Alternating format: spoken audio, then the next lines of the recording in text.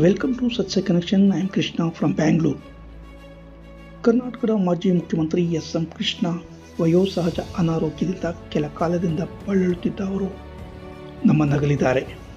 ಅವರಿಗೆ ಸುಮಾರು 93 ವರ್ಷಗಳಾಗಿದ್ದರೂ ಸದಾ ಅಸಂಖ್ಯಾಗಿರುತ್ತಿದ್ದರು. ಆಕರ್ಷಕ ವ್ಯಕ್ತಿತ್ವ, ಅದಕ್ಕೆ ತಕ್ಕ ದಿರಿಸು, ತೂಕಭರಿತ ಮಾತುಗಳು ಎಲ್ಲರನ್ನೂ ಆಕರ್ಷಿಸುತ್ತಿತ್ತು.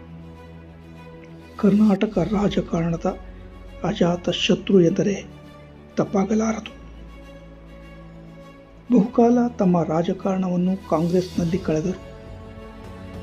ಪ್ರಧಾನಿ, ರಾಷ್ಟ್ರಪತಿಯಂತಹ ಸ್ಥಾನಗಳನ್ನು ಬಿಟ್ಟು ರಾಜಕಾರಣದಲ್ಲಿ ಉತ್ತುಂಗ ಎನ್ನಬಹುದಾದ ಎಲ್ಲ ಪಟ್ಟಗಳನ್ನು ನಿರ್ವಹಿಸಿದ ಕೀರ್ತಿ ಅವರಿಗೆ ಸಲ್ಲುತ್ತದೆ. ಇಂತಹ ಧೀಮಂತ ನಾಯಕನನ್ನು ಕಳೆದುಕೊಂಡದ್ದಾಗಿದೆ. ಅವರ ಆತ್ಮಕ್ಕೆ ಶಾಂತಿ ಸಿಗಲೆಂದು ಹಾಗೂ ಅವರ ಇಡೀ ಕುಟುಂಬ ವರ್ಗಕ್ಕೆ ದುಃಖ ಭರಿಸುವ ಶಕ್ತಿ ದೇವರು ನೀಡಲೆಂದು ಪ್ರಾರ್ಥಿಸೋಣ.